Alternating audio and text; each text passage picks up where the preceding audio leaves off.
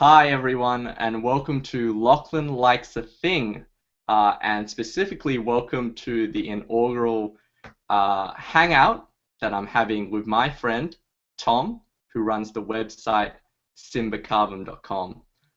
Thanks for coming onto the show, Tom. Uh, you're very welcome. I'm glad to be here. I should also mention that Lachlan is a regular contributor to the site, so you guys can also check out whatever he has. Uh, he usually supplements his video reviews with additional text on the website as well. So, uh, Yeah, there's some things that can only be I can babble on about them for ages, but there's some things that can only really be transmitted through text, I find. yeah. But anyway, thanks for joining us. This is a live video, so we can see your comments. If you have any questions, from time to time throughout the video, we're going to drop in and check in with you guys, answer any questions that you might have. Let us know if there's any things as far as hearing us or any audio difficulties, and we'll get on top of that. But getting on with the show, the topic that Tom actually came to me to talk about, actually, it was his idea, and it's definitely an interesting and kind of buzz at the moment, is the Pono Music Kickstarter project, which is being headed by Neil Young. And in this hangout, we're going to talk a bit about the hardware, talk about a bit about the software, the music side of the whole project, and also what it really means for the industry and that kind of thing. But firstly, I just wanted to start off on a note that will probably annoy a whole bunch of people listening. But I have to confess, I do not really know who Neil Young is apart from this project. I have no real idea who the guy is. I'm sure he's very famous. Tom, have you listened to Neil Young's music? I'm sure I've heard his music in passing, but his genre is not really something that I pay attention to. So uh, Neil Young has always just been a name to me. Right. Yeah. So Much yeah, much the I'm same. Like, pretty much in the same boat as you. I'm sure a lot of people are going to be very angry about that. But unfortunately, that's the way it is. So let's actually introduce what the project is from Neil Young. So Pono Music is Neil Young's Kickstarter, and I'll bring up their Kickstarter page here. It's a Kickstarter uh, for both a hardware audio player and a music store for high quality music files. And as of today, and this is 12 o'clock on the 20th of March in Australia, it's raised more than $4 million towards this Kickstarter funding goal. So, Tom, I'm thinking that you might know a little bit more about the project than I do, if you've been following it. Could you tell us a little more about what's unique about this project as far as uh, the audio industry goes? Well, at least with respect to the audio industry, I would believe that this project is unique in that it is one of the few companies that has definite ties to the recording and distribution industry. So all in all, they probably have a better chance of getting themselves established into the industry than most other music players do. Right. But with that being said, it does have a lot of hurdles to overcome, and I think that's what we're going to be talking about for the next 50 minutes or so. Absolutely. Well, I think we should start perhaps talking about Hmm. the hardware side of this first of all, and just talking about this Toblerone shaped music player. And I'm gonna start off straight out by saying that I think most of the hardware element, like a lot of elements of this project, the more I learn about them and the more that I hear statements from Neil Young and assorted other players, the more I have severe doubts about how this project works. And for lack of a, excuse my language, but a lot of it does seem like bullshit to me. But let's go through the actual hardware itself. Tom, can you tell us any more about how the hardware aspect of the equation works for the Pono music player? I mean, that's the thing that people are actually paying for when they do the pledge on the Kickstarter at the moment. Well, let me start off by saying that I don't know if the hardware that they're presenting with the Pono player is going to be something that is going to be at least the Pono music company's main revenue stream in the future. But I would say right now, the Pono music player it does actually have solid engineering behind it. And the reason behind why I say that is that the Pono music player is actually designed and probably built by Ayer Acoustics, which is a long-time, very well-respected audiophile company in, I think, Boulder, Colorado. And they've done a lot of good work in the past. One of their most famous DAC projects was the Ayer QB9, which was pretty well regarded around audiophile circles. And I believe about a year ago, they came out with the QB9 DSD, which was supposedly even better. And they actually, it seems like from what I've read from their website, I haven't actually heard any of their products. It seems like they do very solid engineering and they come at it from a perspective of first take care of the hardware, then figure out how it sounds well. Sure, sure. And so I think they've put a lot of things. I wouldn't say the Kickstarter campaign represents it very well, just because they're in certain ways trying to appeal to a wider audience. So they don't want to bog down the campaign with a lot of technical detail that a lot of audiophiles want to hear and understand. But they do drop some hints. And one of the big hints that they drop is that they've managed to institute what is called a minimum phase filter. And what that is a specially designed digital filter. Digital filters are things that are absolutely necessary in modern digital design. And so can you tell us what does the filter do? Is it are we talking a digital chip, or are we talking about a processing kind of system? well, yeah, I don't know how much we want to talk about today, and maybe we can talk about it a little deeper as it comes to us. But essentially, everything digital, whenever you have to do a digital conversion, especially from today's modern day DAC chips. So we're talking about the DAC chips that most hi-fi enthusiasts will know. Chips like the Wolfson 8740, 41, the all of the PCM chips. Well, not all of them, but the 1790X series of chips, the AK43 whatever chips, and also the ESS Tech chips, and the very I think one of the most famous people, or not people, but one of the most famous chips that that people know of is the ES9018. Sure. And it is rumored that the Pono music player is either using the ES9018 or it's using the mobile version of it. Basically, it's a die shrunk version of the ES9018 and set in two channels called the ES9018-2M.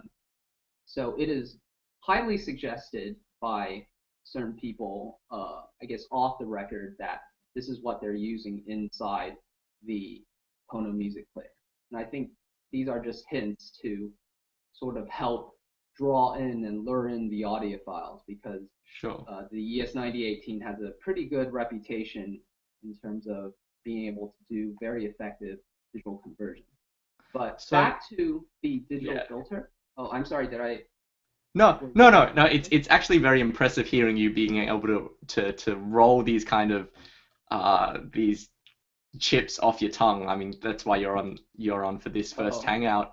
Um, I kind of stay out of that world, so it's Uh-huh. all kind of over my head in a way. But yeah, I definitely heard of these various kinds of chips that audiophiles, you see it on the Head5 forums. You see people go, Yeah. oh well, it has this Wolfson chip or it has this ESS chip, and it kind of Hmm. gets some people's panties in a bunch once they hear that. Well, But I'm kind of curious about. So as I understand it, with the filter, a filter is something that is necessary in any audio conversion because you need to roll off the high frequencies above 22 kilohertz yes. that are not audible, and depending on how you implement that filter, how you implement that roll off, it introduces different types of distortion into the audio signal. Hmm. And what you're saying is that the Pono player implements a specific, more advanced type of filter? In a sense, yes. Basically, what I was gonna get at was the reason why I actually name dropped all of these DAC chips is that they're really in the world of modern day digital signal processing. These DAC chips are all very similar to each other, and they perform on very similar levels. So on a practical level, they all perform very, very well, given that they have solid engineering behind it. And so basically, the solid engineering goes beyond just throwing in a DAC chip and hoping it works well. It, in real time, or in the modern day, you can't really just do that and expect anything to perform well. So one of the most crucial aspects, other than the uh, voltage conversion aspect, would be the digital filter that comes in before it. And like you mentioned, the digital filter is actually what we call a low pass filter. It cuts off high frequencies because you don't want that stuff to enter your audible stream. And so most engineers would agree, and most scientists in general in any field would agree that the limit of human hearing goes out to just about 20K, 20 kilohertz, and some people with maybe golden ears will get out to 22 kilohertz, maybe a Right. teeny bit more. So that's why uh, they want to cut off frequencies that are above it, because actually ultrasonic frequencies, frequencies that we can't hear, are actually pretty harmful to speaker systems and earphones and things like that. The other thing is that uh, the extra signal in the digital domain will actually uh, sort of what you would call collapse down into what the range that you can hear. And So you're talking about harmonics that come in from the high yes, frequency kind of end up being in our regions where we can mm-hmm, actually hear them. yes, and so if we don't filter that out, it will actually present as distortion. Right. So this is the reason why a very well-constructed digital filter is crucial to good DAC design. And the reason why the minimum phase filter is so not really special, because a lot of high-end companies will use it, is that most, I would say, lower-end companies, they don't use a minimum phase filter. They use what is called a linear phase filter. And so I'm not an engineer, but from what I understand, and forgive me if I don't explain this completely properly, because the last Well, time, I wouldn't know whether you explained it completely properly or not, to be honest. But go on, yeah, go on. I'm yeah, sure someone who's watching yeah, uh, might uh, be able to correct you if you make any particular mishaps. So let's say we create an impulse, a sound. We hit a beat, and the initial energy that comes up, uh, usually what you see is a big spike upwards, and that's the initial impact or the thing that is felt in your ear. And so when a digital signal is being reconstructed, it wants to recreate that kind of impact, right? In a conventional in conventional conversion, what happens is that you get a digital filter that the linear phase filter will end up having, or let me try and explain it in a slightly more precise way. Uh, this type of impulse function is represented as what we call a cardinal sine function. And a cardinal sine function is sort of this infinitely spreading function that happens. And sine functions are symmetrical. And what happens is that you get this ripple effect that happens before the actual impact. And scientists will call that a pre-echo. And unfortunately, a pre-echo is just not natural, right? You can't hear Of things course, of before they course. happen. It'd be like having negative ping in a Yes. first-person shooter match. Like you'd Yep. be able to. Yeah. Yeah. You die before you actually do, kind of thing. So so basically engineers want to get rid of that. And and to get rid of that, they use something like a minimum phase filter, and that will more closely simulate what happens in nature. And that's what audio engineers, what digital engineers want to simulate. And you're quite confident that this minimum phase filter is being implemented in the Pono player? Well, that's what they say. Hopefully, they're not lying to us. Sure. Okay. All right. Well, I mean, starting off when I said that I think a lot of the elements of this are kind of, spurious. I honestly don't think that there's anything going to be amiss with the hardware engineering. I'm very confident that the hardware engineering side of the Pono player is, is done really well by some pretty competent engineers. Kind of what makes me really doubt the whole project, though, is the question of, well, how much of this will be audible, considering that this is meant to be a portable player used in portable listening environments.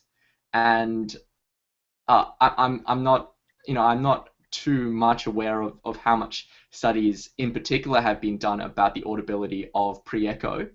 But I'm also be kind of curious to know if a lot of, like, I'm assuming that when you're recording a piece of music, you're going to be using DAC chips anyway, and they will introduce distortion in their own way. And I'm assuming that there will be many, many, many instances where there would be pre-echo already being added just onto in the mastering stage before it even gets to your player, to the point where it seems like it might actually be redundant to have no pre-echo coming through on the music player if you've got 100 different other pre-echoes coming from 100 different other filters that have been recorded during the recording session. Yep, absolutely. So I would say this is my opinion, and perhaps you would agree with me in that perhaps what is presented in the hardware is a little less important than what the hardware and the music store is intended to bring about. I think the entire point of Pono is to bring about a change in the way music is being thought of and the way music is being produced.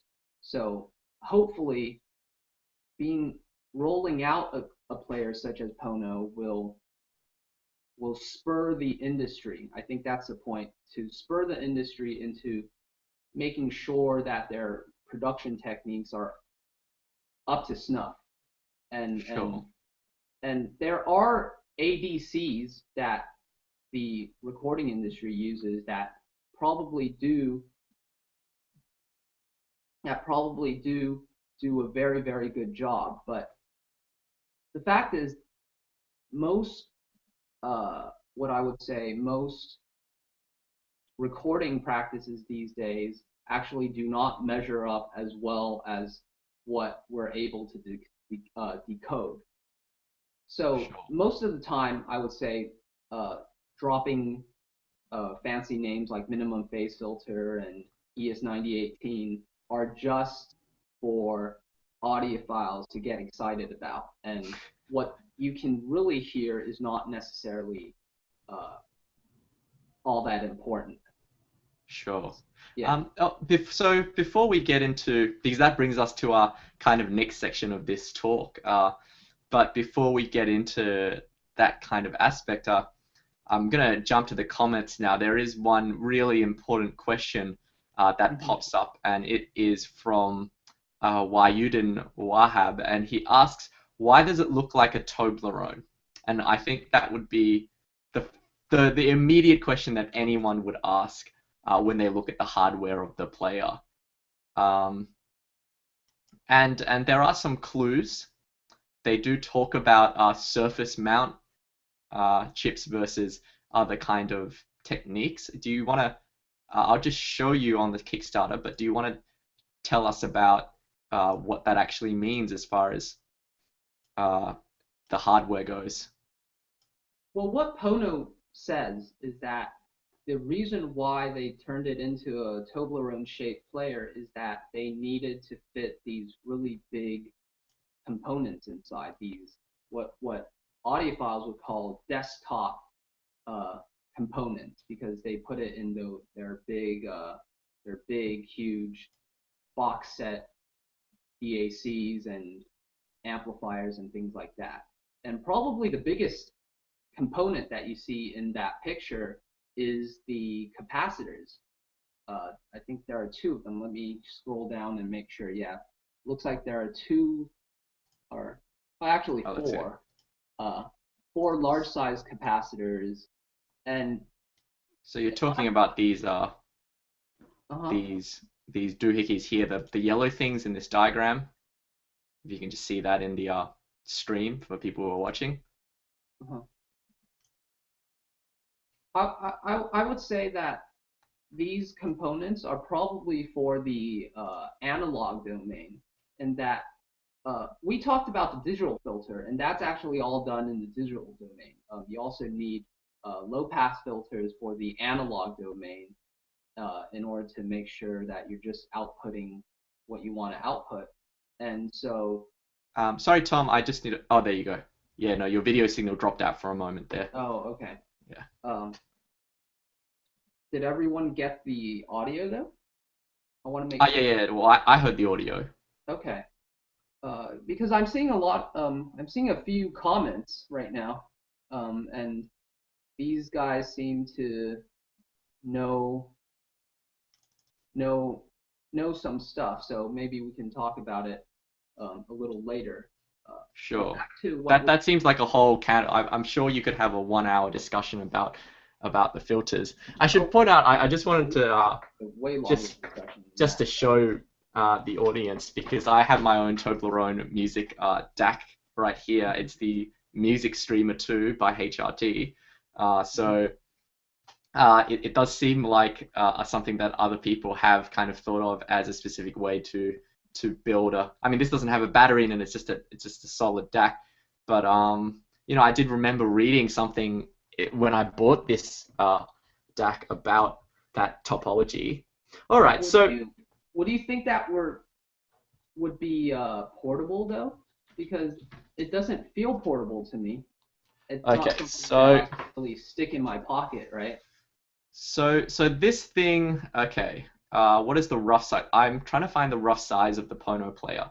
Let's imagine that it's actually smaller than this.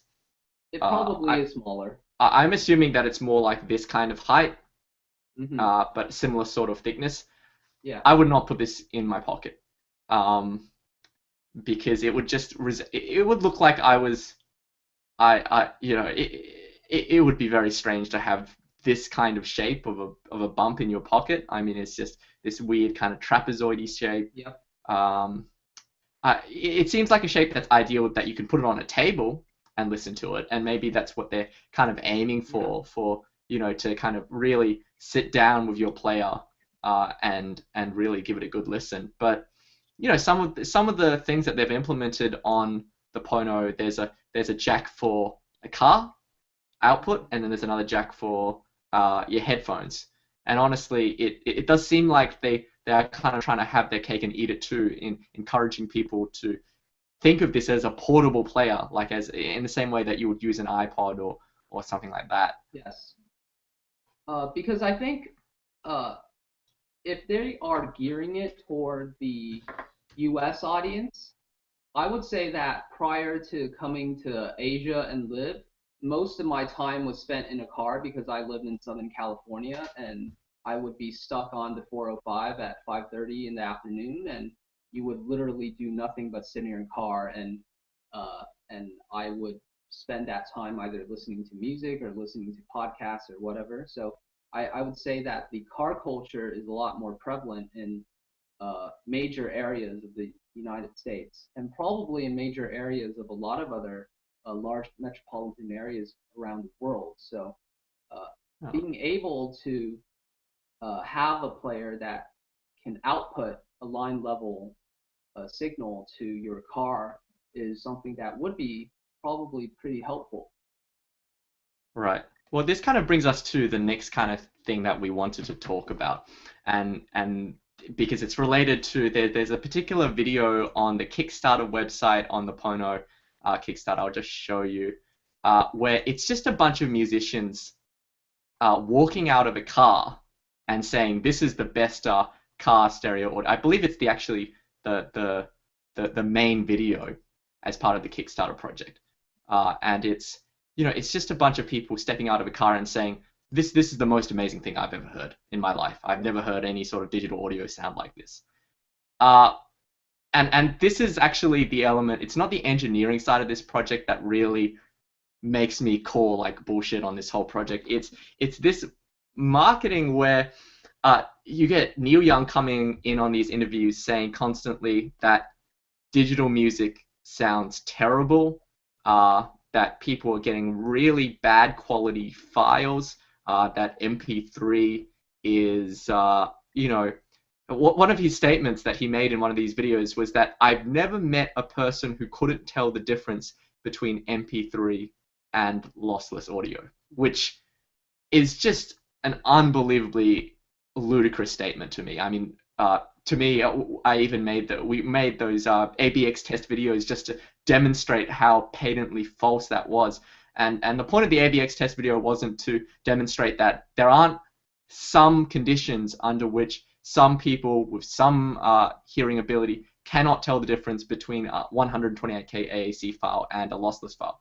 The point of that video was to demonstrate that A, it was very hard to tell, even if we're with very expensive equipment, and B, hopefully to make people go out and have a listen, to actually have a listen, and maybe even do their own ABX testing, because it's pretty simple to actually run the program. And the bitrate we were testing on, I chose it at 128 just because it was so low that it should have caused outrage among people who believe that lossy music sounds terrible. Because 128K is half the music bitrate of the music files that you buy from iTunes, for instance. Um, so to hear someone kind of say, well, the point of this music player is to overcome the problems being introduced by lossy audio compression. To me, that just seems like they're creating a problem that doesn't exist. It doesn't really have any, especially in portable listening scenarios. But I'm interested. I mean, that's kind of my soapbox rant on the whole issue. I'd be curious to hear what you think about that particular aspect. Absolutely. I totally agree with you in the sense that, well, first off, those musicians are exaggerating off the wazoo. Like they do not really hear a big difference, unless they're using like 96 kilobit files in MP3 and then comparing it to whatever they're playing on Pono. But if they're using pretty high quality MP3s these days, uh, at least anything that you can get off the Amazon web store or or the iTunes web store, you're not. Yes, you can hear differences if you're careful, um, and that kind of spotting the differences accuracy rate will definitely go down if you're doing an ABX test. Uh, but yeah, definitely they're not. They're exaggerating, and probably some of them are flat out lying because frankly, a lot of musicians have pretty poor hearing, and um, but I think the point is uh, they're they're they're using, like I was mentioning, I think they are using Pono Player as an excuse to try and change the way production is made in the industry.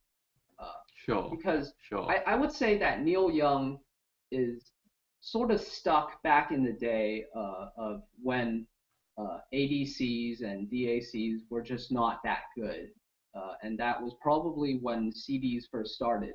Back in the 80s, when the compact disc format, the Redbook format first came out, uh, the digital audio conversion was just not that great, and you could really hear the difference.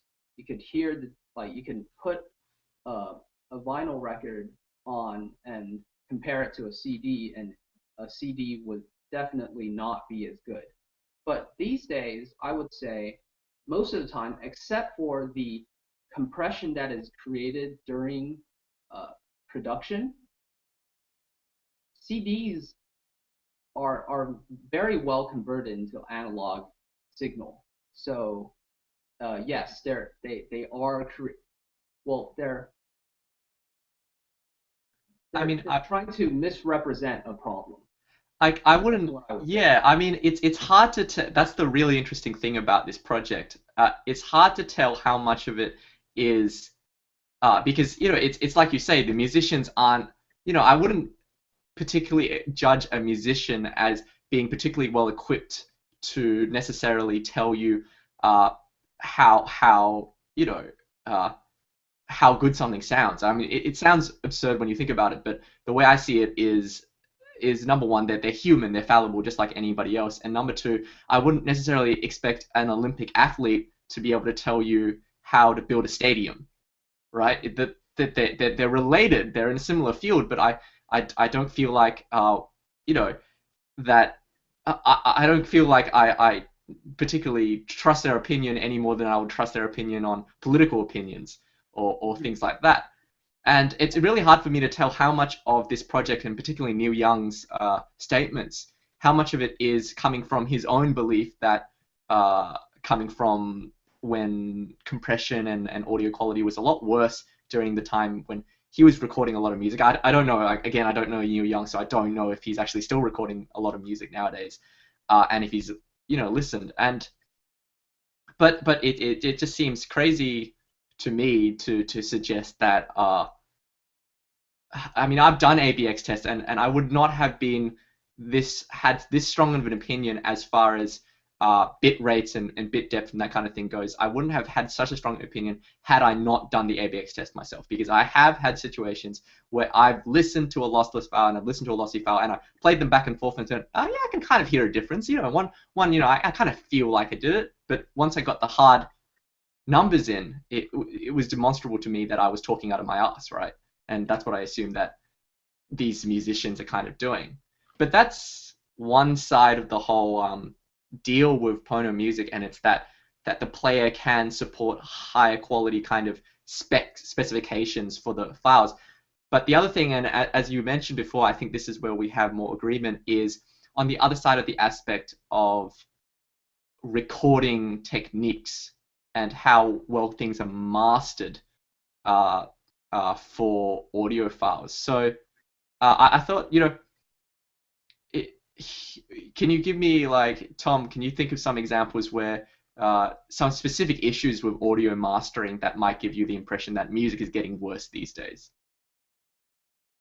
Well, I think the obvious thing to go to would be the so-called loudness wars, right? We keep talking about compression, and I would say compression is. I think a lot of people have a misconception about what compression means. There are two different types of compression in audio. The first type of compression is the compression that you do to save space in terms of MP3s, right? So this type of compression works in the same way as JPEGs. Right. And Right. you sacrifice quality in terms of throwing out things that uh, an algorithm deems that you can't hear on a track, and you throw out that information and in order to make a smaller file. In doing so, you will create certain types of artifacts. For example, when you hear something, the timbre won't sound quite right. It will sound pretty different. If you play an MP3 file of just, let's say, a cymbal crashes, and you compare it to a FLAC file or a high resolution file, or listen to it in real life, you will probably detect a difference.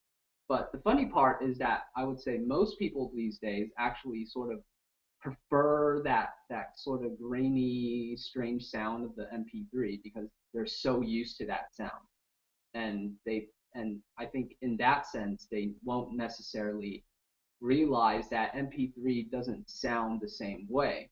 And if Neil Young is trying to push the fact that, oh, I have a high resolution player that can play FLAC, doesn't matter whether it's 1644.1 or 24192, it probably will sound better than MP3, but how many people these days will actually agree with him? I think that's a big question. And I know how many people agree with him. We have the number. We have 12,737 people who that's not very agree with many. him enough to plunk down 300, $400 on one of these players, right? Like it's clear that I don't know about the broad market success of the Pono going into the future, but there's certainly been a strong interest from a lot of people in what Neil Young is selling. Well, like this is where I have a worry for Pono, because if we go into the Kickstarter campaign and sort of examine what's going on and how many people pledged to get this product or to do that, we find that it might, I get the feeling at least that it might not necessarily be driven by the fact that these people are so enthusiastic about high resolution, but they're more enthusiastic fans of these artists that they want to get a signature edition of the Pono music player. And they want that, very special high resolution album that they include with it. And also, if you look at the $5,000 bids, a lot of them are taken up. I'm actually really surprised. Normally, if you Let's look at go. those types of Let's bids, go look at the 5,000 yeah, 5,000 bid. So like so that's usually the you get on. you get a VIP dinner and listening party with Neil Young. Hmm. Uh, and so there's about 30. Yeah, there's about, I would say, 29 plus 30 plus 6 plus 8. So over 50 people who have paid $5,000 for the chance to have a dinner with Neil Young. Yeah, yeah, that's a lot of people to be paying $5,000 for, right? Uh, Especially on a Kickstarter campaign. These are obviously people with disposable income and who just want to sort of dine with the stars.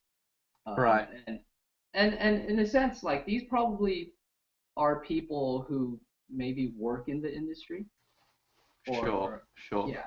So I think part of the money might be sort of misrepresented in that it's usually if you look at a Kickstarter campaign, that they will a lot of companies will include it like have a chat with the founders and get an idea of what their mission is and everything. They have that same kind of dinner thing, but it is never this popular. It's usually one or two people who say, oh, you know what, I'm going to plunk down this money. I'm going to get Yeah. involved with the company. You never see 50 people sign up to do this. Well, So it gives I me the mean, feeling that they're coming for the star power. I guess it's probably going to get people angry at me again, but I'm going to assume it's because Neil Young is an older person. He's been around for a while, and he's got a lot of fans who who have, settled down and they've made a lot of money and they can kind of pay the $5,000 to go have dinner with him versus a lot of these other Kickstarter projects which are being fronted by, relative newcomers and they don't necessarily have, you know, a fan base of people who can afford to do this. Yeah, But yeah. I guess this is kind of beside the like we're getting off on a little tangent here. I Well, think no, what I think we can come back from this in the sense that Neil Young wants to sell entire albums, entire records on their web store, right? And and this is probably a concept that appeals more to the older demographic rather than the younger. If you look at the number of people who buy entire albums under the age of say 24 versus people older than 35, I would say I would bank on people older than the age of 35 actually going into a record store and buying vinyl or unless they're hipsters or something. And I'm not trying to bag on them, but it seems to be a trend. Uh, at least Yes, yeah, no, no, no. The vinyl section in my local, in the music chain stores in Australia now have kind of gotten to the size where they're about almost the same size as the CD section. Of course, the vinyls are much larger, so you actually need to have that space, yeah, but it still seems frankly absurd to me to have this kind of Lazarus, this kind of phoenix from the ashes kind of technology coming back and yeah. making a resurgence. Like, Yeah, and I think vinyl has its appeal just because you can touch it, you can feel the grooves, and you can feel that dust cover and everything, and and and you got to actually physically move a needle in order to get it onto the to the disc. So I there's a definitely think there's sense a of being certain more involved in the process of reproducing the music yeah, than there's a certain romance attached than to the whole idea of vinyl, right? There's a vinyl is something that it's not disposable music. It's music you've got to sit down, you've got to put the record on, you got to put the player on, and then you just sit there and listen. Like it's very different from how we usually kind of consume music nowadays, which is on a phone or some device that has a million tracks on it, and you just kind of shuffle and everything like that. You can't do that, right? It's a specific restriction, and I think that's part of the appeal of vinyl. I mean, I guess there's the other appeal of vinyl where people say, "Oh, it sounds better," which is, you know, I've only hear like apex hipsters kind of saying that kind of thing, and it just seems absurd to me when people say that. But uh, I would say vinyl only sounds better because the recordings that were recorded on vinyl were from analog tape, and it's harder to provide it to create dynamic compression with analog than it is to do it in digital. If you do it, record everything all in digital, it's very easy to go in and EQ everything to death. So right, so right, so in right, the right, sense right. that digital formats sound worse, it's just because uh, because of the mostly not just but mostly because of the loudness wars and what they're doing to these productions. Yeah, and that brings us back to the kind of question about this, and about Pono Music and about that idea of because part of the Pono Music project is to have a music store where things are guaranteed to be mastered to a particular level of quality. And the question that I guess is on everybody's mind, and it's sort of answered by the fact that Neil Young could not secure the complete initial funding from private backers, like private individual investors. And it's the question of, well, how much of this is a degradation in quality, and how much of these modern recording techniques in terms of dynamic range compression and everything like that, how much of these are things that people actually want to hear, and how much of them are things that they actually like the sound of. And I think a really good example of this sort of thing is the recent Nine Inch Nails album, Hesitation Marks. And what Trent Reznor, the lead on Nine Inch Nails, decided to do was release the album in two versions. He released a standard version and an audiophile mastered version, which had a higher dynamic range. And a lot of people, when they talk about the loudness wars, they talk about this being a case where the producers don't know what they're doing and they're just sacrificing all the dynamics to uh, to have a louder sound. But it's very much the case, and if you listen to what Trent Reznor actually says about the reason why they decided to release two versions, is that there are some aesthetic reasons why you do want more compression, dynamic range compression. You do want the louder sounds and the softer sounds to be more similar, and it's because they, as he says, what does he say? He goes,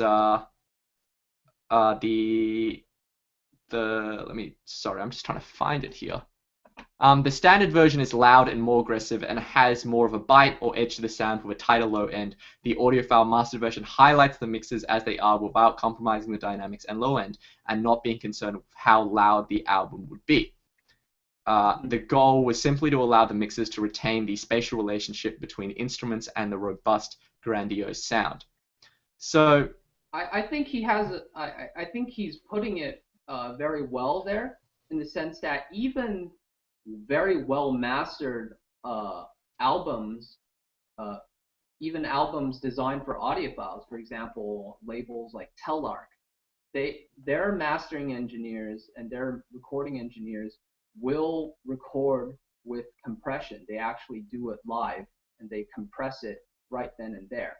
But there's a fine line between compressing it correctly and compressing it to the point of overkill. And the problem is that everything is getting compressed to the point of overkill these days. Sure. And it's probably an unseen energy that's pushing these producers toward compressing everything to like 30 decibels of dynamic range, which is frankly insane. So people are just not hearing the space of music, and I think that's what someone like Neil Young is having a problem with. And with that point, I think personally I would like to segue. I think because we're talking a lot about music compression and loudness wars and how that's impacting music, but back to the point of Pono, how is Pono going to battle this? Or I wouldn't say battle, because they're sort of in. I would actually say that Pono is in cahoots with the industry, but they are trying to change it in a way. But I was really surprised, frankly, that they came out with just one product and they said that we're just going to make this store and this is what we're going to do, because that frankly strikes me, on the surface at least. I don't know what their plans are in the future, but on the surface it strikes me as being very short-sighted. It's a very sort of quixotic thought that I don't want to take a line from a movie, right? If he build it, he will come. That kind of thing. Like he thinks that somehow if you provide people with a high resolution file and you provide people with a store, it'll all sort itself out. And frankly, I don't think it will. It's just, you mentioned that he did not get the initial funding from his private investors because most likely his private investors crunched the numbers and they said, this is not going to be good for our bottom line. And so I'm wondering what they're going to do. They're on Kickstarter. I think Kickstarter is always deceptive in the sense that you get public support, but what kind of public support? You get ardent support from a very small segment of the population, or do you want to get real, true, lasting business stream. I think that's a very difficult thing to decipher at this stage of their business. Well, to me, that seems like what you say is exactly why they launched this on Kickstarter, and it's because Kickstarter is a investment scheme where people put money in and do not get equity, so they cannot get anything back except for the thing that they pledged for, and so their risk is relatively low in that respect. In that they don't have to prove a broader market for this. All they have to prove is uh, that the people who pledge the money get the product, you Mm-hmm. know, and as long as that happens, everyone's happy. Maybe afterwards they decide that this is a limited production run. Everybody gets this is all we're making. We're only making 12,000 of these, you know. And it'd be interesting to see how they can actually tell when they move beyond like players like the AK-120 and the all those other kind of audiophile players, where they launch off from that. And they've chosen a price point which I think is very suggestive of the fact that they want more of a broader appeal by going to $400, $300. It's within like what people would pay for a good pair of headphones, right? Mm-hmm. um I mean, for instance, a lot of industries, a lot of companies are really getting interested in this field. You can see Sony with their high resolution technology, and going to the comments, a lot of people are asking, particularly for you, Tom, because you have one of those new Sony F series players, Yes. how you think that would necessarily compare to the Pono, because Sony's got their whole high res audio marketing kind of drive at the moment. Well, to answer specifically regarding the Sony player, I do not have the high-end model. I don't have the ZX1, but I do have the F886, which is their more of their consumer grade model. And that thing is already not it. It's not the cheapest player out there. The cheapest player that plays high resolution is, I believe, the FiO X3. Just a word of note, it is indeed pronounced FiO because the founder and CEO posted it. That's the way that he prefers it to be pronounced on a forum thread somewhere like a few Right, weeks right. ago. So I didn't know that because I wasn't sure. Yeah, I'm getting off topic, but I just wanted to mention that he did mention it, and I didn't know. So it's called FiO, not Theo. Just so just to put Oh, it. okay. All right, FiO. Yeah, Okay. yeah. And back to the F886. I do not believe that it has the sound quality to compete with the likes of the say AK-120, or I would actually say that it doesn't have as good sound quality as something like the FiO X3, which is really only $200, whereas the Sony player is, I believe, around 300 something dollars And US. you mentioned that on your article about it on your website, that Yes. you didn't think it was all that crash hot. Yeah, the sound quality is not amazing. I would say it's just a little better than an iPod.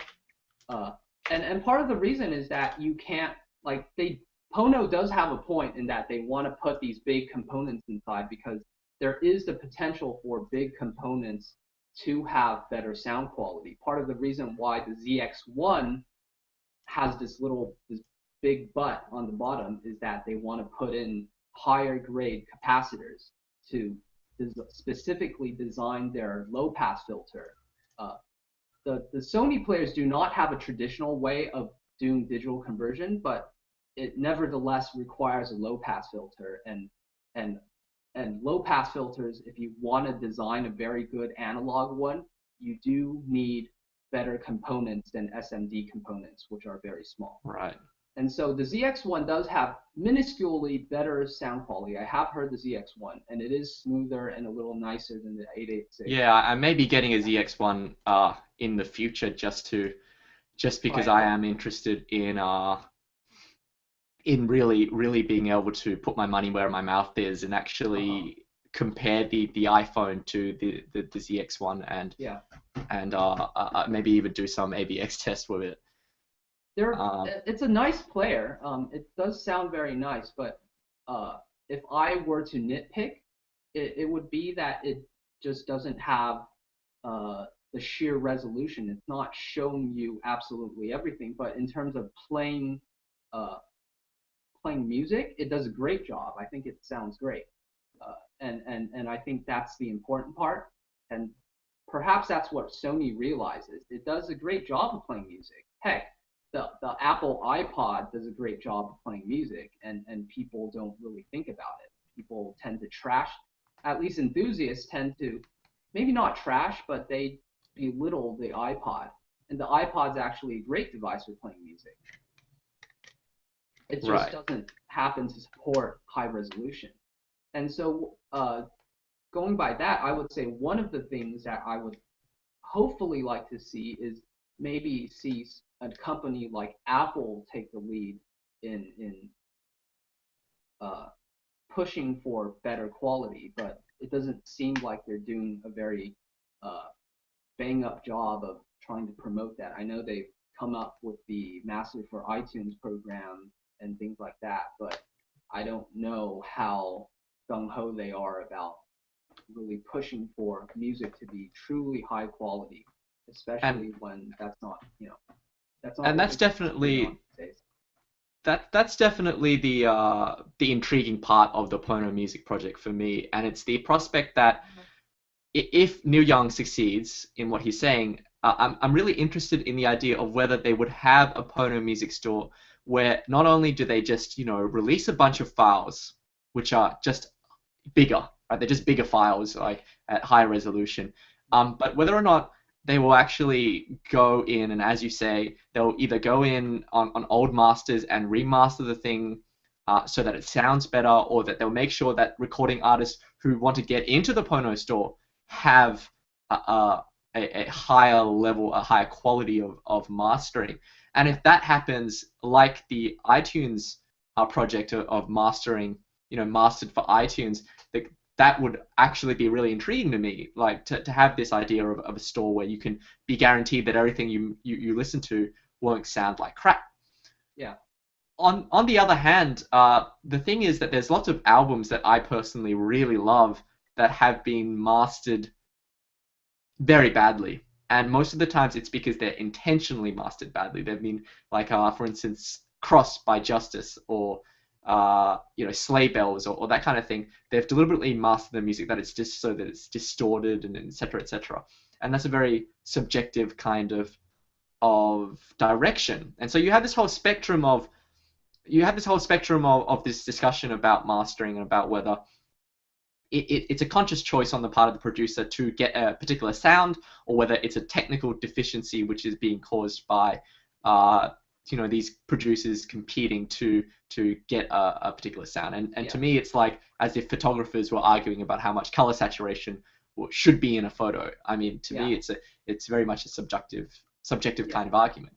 But I do appreciate that there are technical aspects to this that I would be interested to see a Pono music store where the music was better quality. yeah. Um, I wanna bring up something. I actually listened to the entire talk that Neil gave on stage at South by Southwest. And oh, actually, no, it's not during the talk that he said it. I think it was an interview with either Forbes or Bloomberg or one of those finance magazines, and he mentioned something along the lines of he doesn't know whether Pono will be successful or not, and that he just wants to create, like, he's sort of saying, uh, I did this because I wanted to see something different in the industry, and if it doesn't work, then heck, I tried. Um, and and sometimes it feels like he's sort of doing it to make sure he doesn't feel guilty that if this is something he cares so much about, that he should at least try to do something about it. But if it doesn't work, then heck, it's not my fault. I tried. And Well, it's I almost don't like you know could how. look at it. Wait, what? It's almost like you could look at it the other way, where Neil Young is kind of going like, kids these days, the music they listen to, Yeah, you know. yeah, yeah. Because it's really funny. I actually watched a YouTube podcast uh, from, I believe, PC Magazine, and they were saying how they just pegged it immediately. How they were saying Neil Young is basically just this crabby old guy, and he's doing this because he wants to satisfy his own thing. Yeah, and he's out of touch with what the reality really is. And in some ways, it's true. It's a bit scathing to say that. I don't want to call anyone old, but it's sort of true. Like I don't know what he wants to accomplish with it.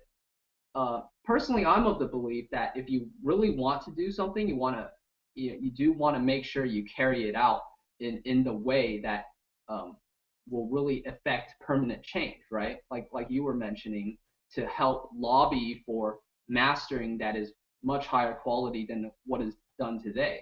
So I have been thinking about what their next step is, and hopefully it's that they open it up and say, we're going to create this set of standards. If you want to be on the Ponos Music Store, if you want to work with us, then hopefully you are using production techniques that will be able to take full advantage of a high resolution format. And this is what we're going to go toward in the future. And hopefully it gains enough momentum such that I actually do want to see this Kickstarter campaign. I know both of us have kind of been slamming it for the past hour or so, but I do want to see it succeed, just because it will attract investors. It will attract people who will really be able to put in a lot of major money into sort of changing the infrastructure of music production. And hopefully that's the direction that we're going in. I know a lot of people have been talking about how there's a problem with the music store in that everything's so expensive. They're trying to sell it for like $16 to $24, and that might be true, and it might not sell well at all.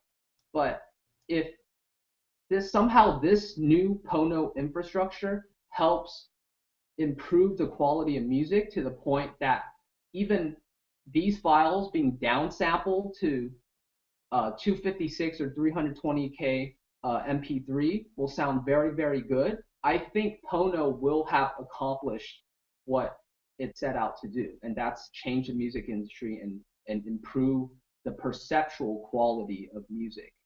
And I think the guise of saying this is high resolution is just a vehicle of pulling this off. Right. Yeah. Okay, I think we should we haven't got too much time left. Yeah. I think we'll just go to the comments for a moment. Uh okay. Ooh, half the comments are missing, so I can't particularly bring. There was something that stood out to me earlier. Let me just see if I can find it. Mm-hmm. Um, I see something about Ryan G. They're making no mention of mid-high quality headphones. I'm just waiting for people to complain that they're not noticing a difference with their Apple Buds. oh, right. Yeah, he Yeah, does have a good point there. yeah. I'm assuming that anyone who plugs in, who pays $400 for a music player is not going to put in Apple earbuds. Like, I would hope that no one is that ludicrously stupid where they would spend so much on the player and so absurdly little on the kind of headphones. Well, But hopefully it's entirely they're possible someone would do that. watching your channel and figuring out that there are really good options out there, and yeah, they're watching you and trying to figure out what they like in headphones and not just use a included Apple earbuds. But Right, honestly, right. it's true. I have to ride the subway every single day. I mean, you're wearing Apple earbuds right now, aren't you? Excuse me? You're wearing Apple earbuds right now? Are those? No. These are not. Yeah. I don't know where my Apple earbuds are because I have the very, very first version of them, and frankly, that's the version that just doesn't sound very good. Yeah, the new version doesn't sound that. Oh, it sounds better, but it doesn't fit in my ears properly, which Ah, is annoying. okay.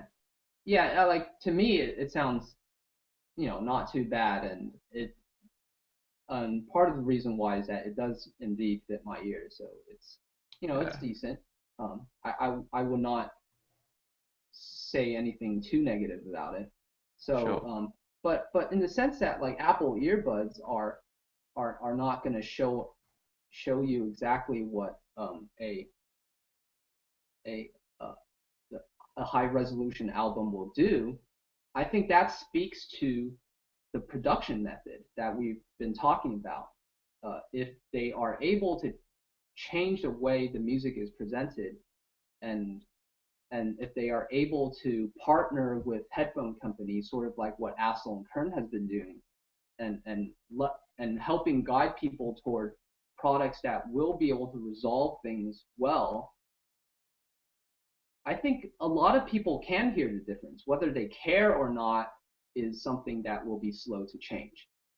Definitely. I mean, I've been meaning to do more ABX tests with Thomas, who was the only person who was able to. I mean, he didn't get a statistically significant result, but he did get a result that was suggestive, and it did seem like if we did find the right file, and it was a quieter room, maybe he could tell the difference between 128K AAC and lossless.